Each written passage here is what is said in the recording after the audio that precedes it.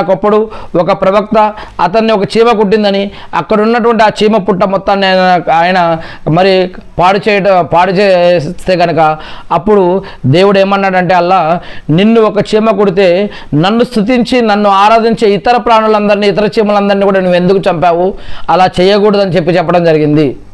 అంటే ఈ యొక్క విషయాన్ని సహీ ముస్లిం హదీస్ గ్రంథంలో 3319లో సహీ ముస్లిం హదీస్ గ్రంథంలో 2241వ హదీస్లో ఈ యొక్క విషయం చెప్పడం జరిగింది.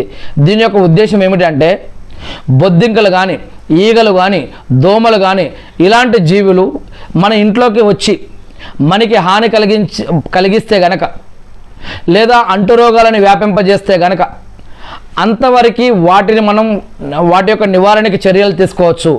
అంతేగాని ప్రకృతిలో మరియు వేరే ప్రాంతాలలో అడవులలో జీవించే వాటిని మనం నాశనం చేయకూడదు అని ఇస్లాం తెలియజేస్తుంది.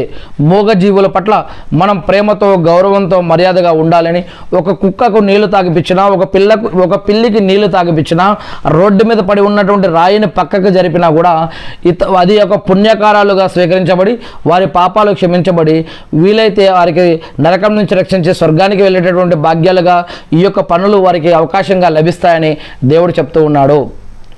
మూగజీవులను ఒక చెట్టును పెంచినా చెట్టుకు నీళ్లు పోసినా మనం పెంచినా లేదా పోసినా ఆ యొక్క చెట్టు ఫలించి వాటి యొక్క ఫలాలు కానీ వాటి యొక్క నీడ కానీ వాటి యొక్క చెట్టు కానీ ఎవరికైనా ఉపయోగం పడింది, ఒక పక్షికి కానీ ఒక జంతువుకి కానీ ఒక మనిషికి కానీ ఏ విధంగా ఈ యొక్క ప్రకృతిలో దాని ద్వారా ఎవరెవరికైతే ఉపయోగం కలుగుతుందో వారు చేసే దువాలు ప్రార్థనలన్నీ కూడా మనం మరణించిన తర్వాత కూడా మనకి వాటి ద్వారా పుణ్యాలు లభిస్తూనే ఉంటాయి.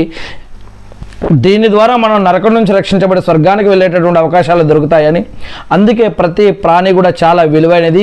అది చెట్టు అయినా జంతువైనా క్రిమికీటకాలైనా ఏవైనా సరే వాటిని వృధాగా మనం నాశనం చేయకూడదు అని చివరికి ప్రవక్త ముహమ్మద్ సుస్లం గారు ఏమన్నారంటే ఈ యొక్క మక్కా మరియు మదీనా నగరాలలో ఇజ్కర్ అనేటువంటి ఒక గడ్డి ఉండేది, ఆ గడ్డిని కూడా మీరు వృధాగా కొయ్యకండి, గడ్డిని కూడా మీరు వృధాగా నాశనం చేయకండి అని చెప్పడం జరిగింది.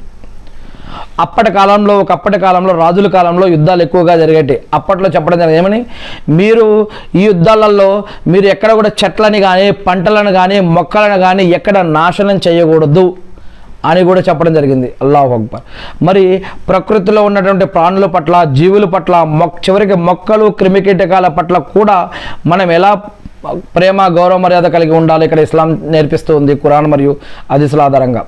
ఇక సృష్టిని చూసి సృష్టికర్తను గుర్తించమని ఖురాన్లో అల్లాహ్ సుబ్హానహు వ తఆలా అనేక చాట్ల చెప్తూ ఉన్నాడు. మీరేదైనా ఒక గాలి నీరు వాతావరణం సూర్యుడు చంద్రుడు